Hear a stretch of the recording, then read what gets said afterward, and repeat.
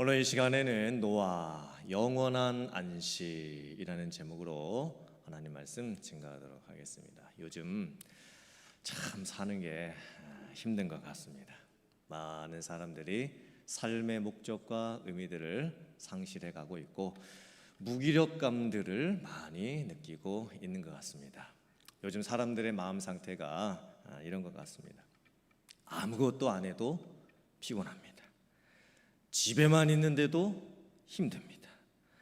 누군가 만나기도 싫고 모든 것이 귀찮기만 합니다. 해야만 하는 일을 할 뿐 하고 싶은 일이 별로 없습니다. 어디 가서 아무 생각 없이 그냥 쉬고 싶습니다. 그런데 무위도식하고 한량과 같은 삶을 산다 할지라도 아무것도 안 하고 놀고 먹기만 한다고 해서 사람에게 쉼과 안식이 주어지는 것이 아닙니다. 백수도 힘듭니다. 백수도 바쁩니다. 그럼 우리는 어떻게 안식할 수가 있을까요? 우리에게 어떻게 참된 안식이 주어질 수가 있을까요? 또한 구원받은 성도로서 살아가면서 세상 사람들과 다르게 어떻게 그 참된 안식을 누릴 수 있을까요?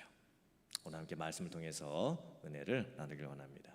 첫 번째, 일시적 안식이 아니라 궁극적인 안식을 누릴 수 있어야 됩니다. 종말적 안식을 누릴 수 있어야 합니다. 오늘 성경 말씀을 읽다가 보면 참 이해가 안 되는 부분이 있습니다. 당대의 의인이요 완전한 자였던, 하나님과 동행하였던, 방주의 구원을 경험했던 노아가 술을 먹고 취하고 옷까지 지금 벗게 되었습니다. 어떤 분들은 이 말씀 보면서 노아도 술 먹고 취했는데 그럼 우리들은 술 취하지 않을 정도로만 술을 조금 먹는 거는 괜찮지 않겠습니까? 그것은 이 말씀을 완전히 오해하는 겁니다. 그리고 술 취하지 않을 정도로 술만 먹으면 되지 않을까요? 이렇게 여쭤보시는 분들은 신앙의 양심을 걸고 한번 생각을 해보시면 본인께서 술 드시는 것을 어떻게든 합리화하고 싶은 그런 마음에 아마 그런 질문들을 하실 겁니다. 오늘 말씀의 노아가 술 먹고 취했다는 것은 도덕적인 관점으로 보면 안 되는 말씀입니다. 일반적인 문화 관점이나 또 성경적인 신앙적 관점에서 보면 술은 나쁜 의미로 쓰여질 때가 참 많습니다. 술 취하는 것은 방탕하고 또 무절제하고 또 정욕에 취해서 부정적인 어떤 모습으로 보여질 때가 많이 있습니다. 오늘 말씀의 의미는 노아 같은 사람도 술 먹고 취하지 않았느냐, 교회 다니는 사람들은 그러니까 술 먹지도 말고 술 취하지도 말아야 된다, 이런 도덕적 결론이 아닌 겁니다. 노아가 술에 먹고 취했다라는 게 무슨 의미일까요? 오늘 말씀을 보면 이렇게 시작합니다. 노아가 홍수 이후에 농사를 시작합니다. 포도원을 가꿉니다. 그리고 포도주를 마시게 됩니다.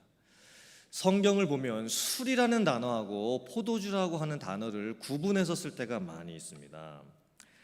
술이라고 하는 단어는 사람을 취하게 하는 것, 비틀거리게 하는 것, 또 음료를 따라가게 하는 것, 쾌락을 쫓게 하는 것, 육체적인 쾌락적인 방종을 쫓게 하는 것 등으로 사용이 됩니다. 그런데 성경 말씀에 포도원, 포도나무, 이런 의미는 구원에 관련된 종말적인 계시적인 의미를 담고 있습니다. 오늘 말씀을 보면 그 단어들의 의미가 참 중요한데요. 화면 한번 보여주시고요. 농사라는 단어는 땅, 흙, 들판, 세상이란 뜻이고, 시작하다라는 단어는 열어놓다, 풀어놓다라는 뜻이고, 포도나무라는 그 원래적 의미는 고귀하다라는 뜻을 가진 단어로서 정원, 포도원이라는 뜻을 가지고 있습니다. 그리고 심다라고 하는 것은 나무, 정원, 포도원을 세우고 가꾸고 이렇게 장막을 치는 그 모습을 가지고 있습니다. 저 보시고요. 이 의미가 참 놀라운 것이 심다, 이 단어가 하나님께서 에덴 동산을 창설하시고 라고 했을 때 그 창설이라는 단어가 이 심다라는 단어입니다. 그러니까 노아가 포도원을 심는 것은 재창조에 관련된 엄청난 축복을 상징하는 겁니다. 하나님께서 처음에 아무것도 없는 상태에서 천지를 창조하시고 또 사람을 만드시고 에덴 동산을 심으십니다. 그래서 사람으로 하여금 완전한 안식을 누리게 해주시는 거예요. 노아를 잘 보세요. 홍수가 끝나고 났을 때에 노아의 가족들이 방주 바깥으로 나왔을 때 땅 위에 남아있는 것이 아무것도 없었습니다. 모든 것이 끝도 없는 황폐한 뿐입니다. 그런데 노아가 땅을 여는 거예요. 그리고 포도원을 심습니다. 이것은 하나님께서 주시는 궁극적인 축복을 상징합니다.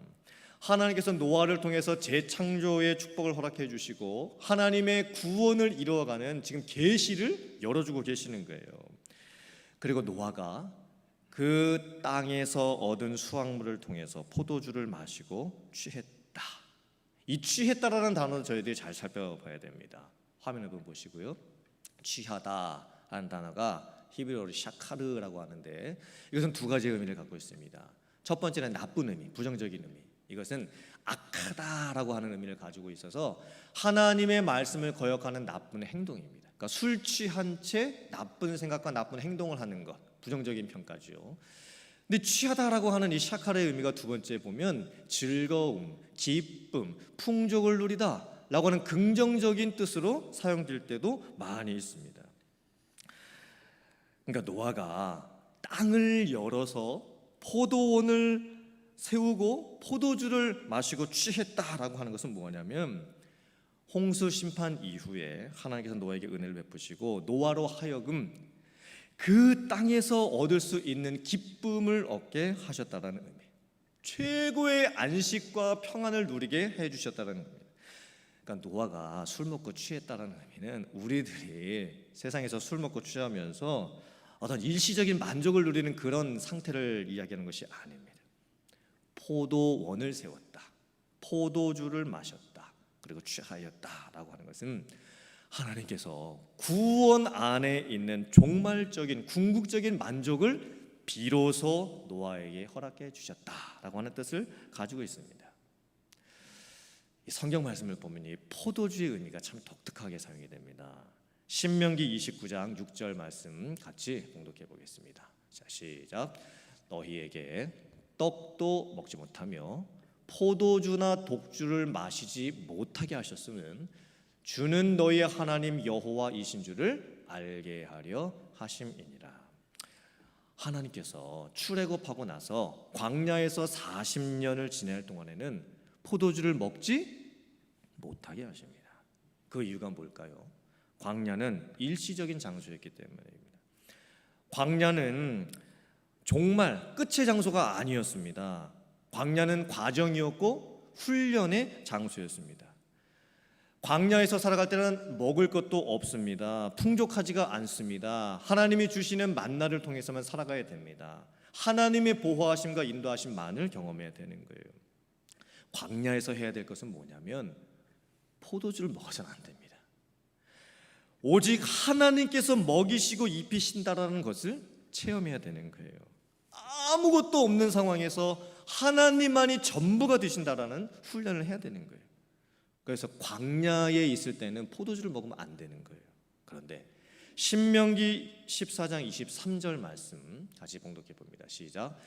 내 하나님 여호와 앞 곧 여호와께서 그의 이름을 두시려고 택하신 곳에서 네 곡식과 포도주와 기름의 11조를 먹으며 또 내 소와 양의 처음 난 것을 먹고 내 하나님 여호와 경외하기를 항상 배울 것이니라. 아멘. 하나님께서 광야 생활 40년 마치시고 나서 약속의 땅에 들어가게 하신 후에는 포도주를 먹게 해주십니다. 왜 그럴까요? 포도주는 하나님 안에서 주어지는 안식을 상징했기 때문입니다. 포도주는 기쁨이었습니다. 또 풍요였습니다. 영적으로도 애굽에서 종살이했던 것에서 해방이 되었고 또 광야 생활 40년을 하면서 물질적으로 또 궁핍하고 먹을 것도 없는 그런 상황 속에서 세상 오락을 하나도 즐길 수는 없지만 오직 하나님이 전부가 되신다는 것을 체험을 하고 난 후였습니다. 그리고 약속의 땅에 들어가게 된 거예요. 그때는 하나님께서 포도주 먹는 것을 허락을 해 주십니다. 하나님의 백성들로 하여금 포도주를 마시면서 육체적으로도 만족감을 누리게 해주실 뿐만 아니라 영적으로도 기쁨과 평안과 감사, 풍족한 것, 넘치는 것을 경험하게 해주시는 거예요. 여기에 중요한 영적인 의미가 담겨져 있습니다. 일시적인 만족이 아니라 궁극적인 만족을 하면서 살아가야 한다. 하나님의 백성들이 광야에서 40년 살아가는 그 모습은 지금 우리들이 세상을 살아가고 있는 모습과 똑같습니다. 그러니까 이 세상은요, 저희들이 포도주를 마신다고 해서 만족감을 누릴 수 있는 곳이 아닙니다. 포도주보다 그 어떤 것을 우리가 가지고 먹고 누린다고 해서 이 광야 같은 세상에서는 저희들이 만족감을 누릴 수가 없습니다. 하나님이 말씀하셨잖아요. 광야 40년 살아가는 동안에는 뭘 먹지 말아라? 포도주를 먹지 말아라. 하나님이 전부라는 것을 경험할 수 있어야 된다. 그런데 저희들은 광야 같은 이 세상을 살아가는 동안에 내가 먹고 싶고 내가 마시고 싶고 내가 가지고 싶은 그 포도주를 찾습니다. 하나님이 전부가 되신다는 그 영적 체험을 하지 못한 채 저희가 살아가게 되는 거예요. 그러니까 늘 일시적인 만족감 밖에는 우리에게 없습니다. 광야를 살아갈 때는요, 포도주 없이 하나님이 전부가 되신다는 것을 저희들이 체험할 수 있어야 됩니다. 하나님만으로 누리는 영적인 안식을 경험할 수 있어야 되는 거예요. 그리고 나서 이제 하나님께서 우리에게 궁극적인 이 만족과 안식을 허락을 해주십니다. 종말적 안식을 허락해 주십니다. 종말적인 안식이 뭘까요? 하나님께서 우리에게 예비해 놓으셨던 구원받은 자가 누리는 기쁨과 감사를 비로소 누릴 수 있게 해 주시는 거예요. 영적에서는 저희들이 아직 이 땅을 살아가고는 있지만 다가올 장차 우리에게 올 천국의 기쁨을 맛보고 살아가게 해 주십니다. 그러나 하나님께서 우리에게 포도주 마시는 것을 허락을 해 주십니다. 이 포도주의 의미는 뭐냐면 하나님께서 우리에게 허락해 주시는 총체적인 기쁨과 삶의 만족감, 하나님이 우리에게 허락해 주신 모든 선물들, 가족을 허락해 주시고 자녀를 허락해 주시고 일할 수 있게 해주시고 돈을 벌게 해주시고 사람을 만나게 하시고 맛있는 것을 먹게 하시고 운동도 하게 하시고 또 여행도 다니시게 해주시는 그 모든 것들, 순서가 참 중요합니다. 하나님 없이, 은혜 체험도 없이 광야를 살아가는 동안에 포도주만 찾고 먹으면 그 포도주는 우리를 망칩니다. 일시적인 만족감 밖에는 주지를 못하는 거예요. 그런데 하나님의 은혜도 경험하고 또 영적인 체험도 했고 또 광야를 살아가는 훈련도 했고 연단도 받고 나서, 그리고 나서 구원받은 백성에게 주어지는 그 포도주는 우리에게 진정한 만족감을 줍니다. 영육간의 만족감을 줄 수 있는 거예요. 그 포도주는 우리를 망치지 않습니다. 그 포도주의 진짜 의미를 알기 때문에 그렇습니다. 성도님께서는 요즘 포도주 한 잔씩 하고 계세요? 이 질문의 의미가 뭔지 아시겠어요? 와인 드시고 계시냐? 그런 의미가 아닙니다. 그 조금씩 와인 한 잔 마시면서 일시적인 만족감을 누리고 계시냐? 그런 뜻으로 제가 질문 드리는 게 아닌 겁니다. 포도주가 뭡니까? 이건 종말적 기쁨입니다. 궁극적인 만족감인 거예요. 하나님을 아는 자, 구원을 경험한 자, 광야도 통과한 자, 그리고 나서 하나님께서 우리에게 주시는 삶의 총체적인 기쁨과 감사와 만족감, 이런 은혜들을 누리실 수 있는 성도님 되시기를 주님의 이름으로 축원합니다. 노아가 누렸던 그 포도주를 통한 궁극적인 완전한 그런 만족감들을 평안함, 안식, 기쁨, 감사, 충만함, 차고 넘치는 그런 은혜들을 성도님들께서 삶에서 누리시고 살아갈 수 있기를 주님의 이름으로 축원합니다. 아멘. 두 번째, 영원한 것을 잡으려면 유한한 것을 놓을 수 있어야 됩니다. 상하는 것을 붙잡으려면 내가 지금 잡고 있는 유한한 것을 놓을 수 있어야 되는 거예요. 노아가 포도주 마시고 취해서 잠이 들고 이제 옷까지 벗고 있습니다. 이건 노아의 실수입니다. 왜 옷까지 벗었는지는 잘 모르겠습니다. 왜 노아가 이렇게까지 했을까? 이 노아가 이 옷을 벗은 사건으로 인해서 그 다음에 엄청난 사건들이 일어나게 됩니다. 둘째 아들 함이 아버지의 장막에 들어가게 되었습니다. 그런데 노아가 옷을 다 벗고 지금 잠을 자고 있는 겁니다. 하체가 드러나 있습니다. 그때 둘째 아들 함은 아버지의 그 수체를 덮어주질 않습니다. 그리고 바깥으로 나와가지고 다른 두 형제에게 그것을 떠벌리기 시작을 합니다. 그 이야기를 들은 첫째 아들과 셋째 아들이 다시 아버지의 장막에 들어갑니다. 들어갈 때 뒷걸음질 쳐서 들어갑니다. 아버지의 그 드러난 하체의 모습을 보지 않기 위해서입니다. 그리고 자기들 가지고 있었던 그것으로 그 노아의 하체를 덮어주고 나오게 됩니다. 노아가 나중에 술이 깨어가지고 이 사실을 알게 되었을 때에 이 둘째 아들 함에 대해서 엄청난 징계적 심판의 예언을 하게 됩니다. 이걸 또 저희들이 어떻게 해석을 해야 될까요? 어떻게 술 취하고 깨어난 노아가 이 둘째 아들 함의 실수를 보면서 징계를 하고 심판을 내릴 수 있을까요? 그리고 이 둘째 아들이 받았던 그 징계와 심판이 참 충격적이었습니다. 앞으로 둘째 아들 이 함의 자손들이 다른 형제의 자손들을 섬기게 될 것이다. 둘째 아들 함의 자손들은 종으로 살아가게 될 것이다. 지금 엄청난 징계적 심판의 지금 저주를 내리고 있는 겁니다. 사실 잘못은 노아가 있습니다. 그럼 노아 자신이 그 벌을 받아야 되는 것인데 어떻게 노아가 자기 자손 이 둘째 아들 함의 후손들에게 이런 충격적인 징계와 심판을 내릴 수가 있을까요? 이건 역시 저희들이 도덕적 관점으로 해석하면 안 되는 겁니다. 이 노아가 왜 옷을 벗게 됐을까? 그리고 왜 둘째 아들 그 함은 그 아버지의 드러난 하체의 모습을 보며 떠벌리게 되었을까? 그리고 왜 첫째 아들과 셋째 아들은 그 아버지의 실수를 덮어주게 되었을까? 왜 성경 말씀은 이 노아의 벌거벗은 모습을 폭로했던 둘째 아들 함의 죄를 이렇게까지 크게 보고 있는 것일까요? 그 이유는 뭐냐면 이 둘째 아들 함의 이 태도가 아버지의 죄를 들추어냈기 때문입니다. 이건 역시 구원과 관련되어 있습니다. 하나님의 창조 사건과 관련되어 있습니다.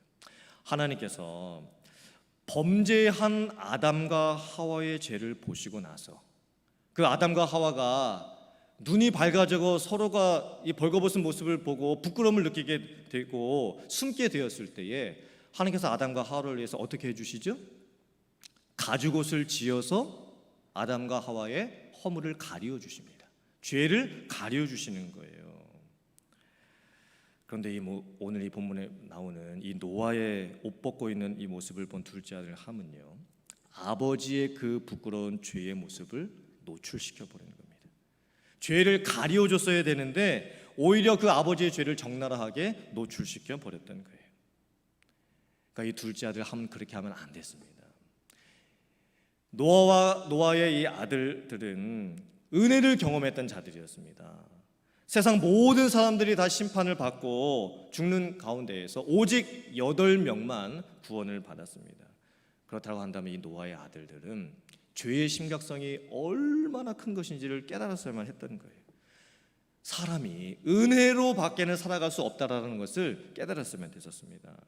근데 둘째 아들 함은 아버지의 이 실수를 덮어주질 않습니다. 그리고 노출을 시켜버립니다. 이 노아의 이름의 뜻이 뭐냐면 휴식, 안식, 위로라는 뜻을 가지고 있습니다. 쉬다, 정착하다, 그만두다, 놓다, 그냥 두다, 이런 뜻을 가지고 있는 거예요.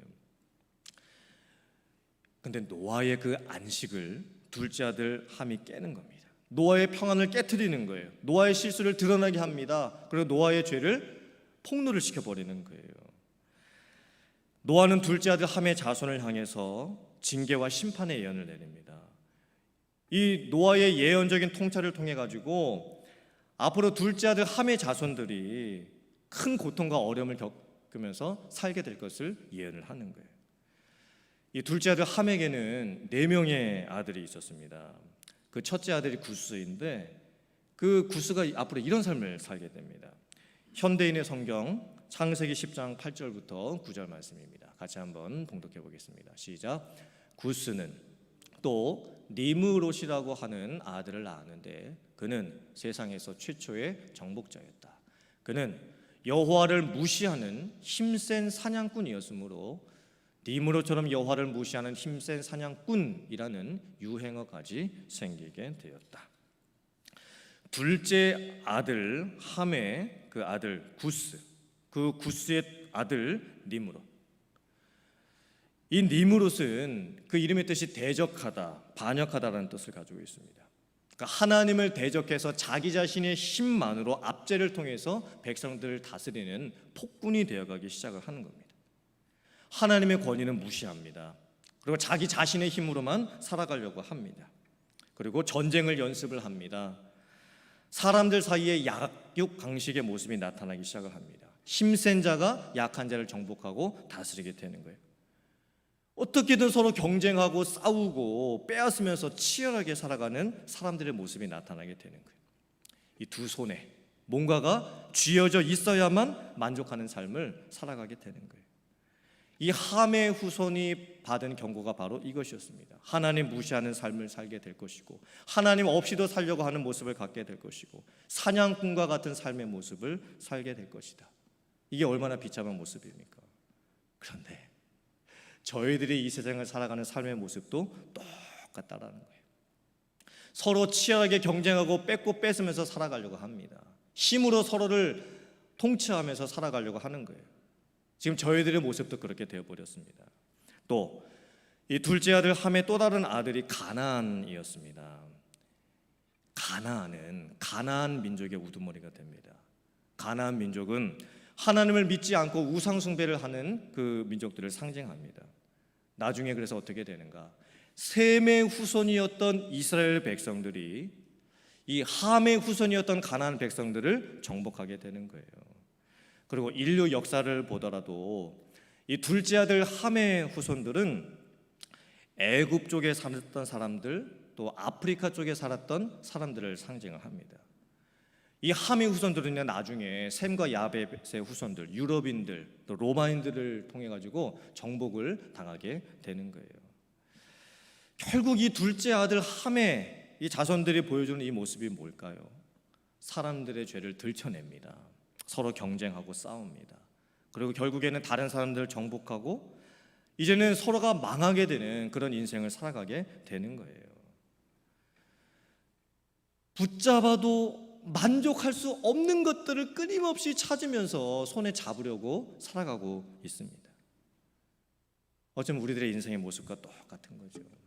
아등바등하면서 살아가는 삶의 모습입니다. 아등바등. 이게 국어 사전을 보면 아둥바둥이 아니고 아등바등입니다. 이게 무엇을 잡으려고 애쓰거나 우겨대는 이런 모습들. 이런 모습에는 안식이 없습니다. 붙잡으려고 하면 할수록 손에는 힘만 들어가게 돼 있는 거예요. 이걸 놓지 못하니까 평안함도 찾아오질 않습니다. 제가 예전에 책에서 읽었던 내용입니다. 아프리카나 인도네시아와 같은 밀림 지역에서 이 원숭이를 잡는 방법입니다. 원숭이를 어떻게 잡냐면 이 나무나 아니면은 땅 속이나 아니면 땅 무더기 안에 원숭이 손이 가까스로 들어갈 만한 구멍을 파놓습니다. 그리고 원숭이가 좋아하는 그 먹이를 그 안에다가 넣어 놓습니다. 그러면 원숭이가 이렇게 손을 이렇게 넣어 가지고 그 구멍 안에 있었던 이 먹을 것들을 이렇게 손으로 잡는 거예요. 근데 사람이 이제 원숭이를 잡으려고 오는 그 순간에도 이 원숭이가 이 잡은 움켜쥔 손을 놓지를 않습니다. 펴지를 못하는 거예요. 끝까지 이걸 지금 잡고 아무리 빼려고 해도 빼지를 못하는 상황이 되는 겁니다. 손을 빼야지 살 수 있는 겁니다. 손을 펴야지 살 수가 있는 겁니다. 그런데 사냥꾼이 그 원숭이를 잡으러 오는데도 끝까지 그 손을 놓지를 못합니다. 이 손을 스스로 빼지를 못합니다. 결국에는 사람에게 잡히게 되는 거예요. 제가 이게 진짜일까 싶어가지고 제가 어제 유튜브를 찾아봤습니다. 진짜더라고요. 유튜브에 원숭이 잡는 법 한번 쳐보세요. 이 영상이 진짜 있습니다. 제가 예배 시간이라 원숭이 영상을 제가 보여드리지 못하겠고, 성경이 말씀하고 있는 삶의 역설이 무엇인가? 노아야 안식이 주어집니다. 함의 자손들은 하나님 없이 움켜잡으려고 했습니다. 내가 남보다 더 많은 것을 가지고 있으면 행복할 것이라고 생각했습니다. 아니었습니다. 하나님께서 노아를 통해서 보여주신 안식이 무엇입니까? 참된 안식과 평안과 기쁨과 만족감, 넘침, 풍요. 이것은 방주, 농사, 포도주를 통해서 보여주시는 구원에 관련된, 계시에 관련된 종말적인 안식이었습니다. 이 모든 것은요, 놓아야 얻을 수 있는 거예요. 버려야 얻을 수 있는 겁니다. 하나님이 모든 것 되시고 하나님이 전부가 되신다는 것을 영적으로 체험하게 되었을 때에 비로소 얻을 수 있게 되는 거예요. 잡으면 잡으려고 할수록 우리는 만족감을 누릴 수가 없습니다. 놓아야 만족감을 누릴 수 있습니다. 마태복음 16장 25절부터 27절의 말씀 같이 봉독해 보겠습니다. 시작. 누구든지 제 목숨을 구원하고자 하면 잃을 것이요, 누구든지 나를 위하여 제 목숨을 잃으면 찾으리라. 사람이 만일 온 천하를 얻고도 제 목숨을 잃으면 무엇이 유익하리요? 사람이 무엇을 주고 제 목숨과 바꾸겠느냐? 인자가 아버지의 영광으로 그 천사들과 함께 오리니 그때에 각 사람이 행한 대로 갚으리라. 아멘. 내 목숨 하나 구원해서 세상에서 유한한 것을 잡으려고 살면 안식은 없습니다. 결국은 다 잃어버리게 되는 거예요. 다 놓고 빈손으로 갈 때가 옵니다. 그런데 영원한 것을 붙잡기 위해서 내가 붙잡고 있는 유한한 것을 놓으면 살게 됩니다. 구원을 받습니다. 그리고 하나님께서 주시는 궁극적인 만족과 안식을 얻을 수 있게 되는 거예요. 그러면 내 목숨 주고 비록 그 몸이 땅에 묻히게 된다 할지라도 주님께서 다시 오시는 그 재림의 날에 우리의 죽은 그 몸도 부활하여 영광을 얻게 될 줄 믿습니다. 사랑하는 성도님들, 성도님께서는 지금 놓고 계십니까? 그리고 오늘 내 목숨이 죽어도 하나님께서 내 모든 것들을 채워주시고 회복해 주실 것을 지금 궁극적으로 바라보시면서 살아가고 계십니까? 죽을 준비가 진짜 되어 있는 사람이 살 준비도 진짜 하면서 살아가게 되는 거예요. 영원한 것을 위해서 유한한 것을 놓을 수 있는 사람이 진짜 안식을 누릴 수 있게 되는 것입니다. 사랑하는 성도님들, 여러분의 삶 속에서 붙잡고 있는 그 모든 것들을 이제 그만 놓으시고 영원한 것을 붙잡으며 살아가시는 성도님들 되시기를 주님의 이름으로 축원합니다. 하나님이 구원 안에서 주시는 계시적이고 종말적인 궁극적인 안식을 여러분의 삶 속에서 마음껏 충만하게 맛보고 누리시면서 살아가실 수 있는 성도님들 다 되실 수 있기를 주님의 이름으로 축원합니다. 아멘.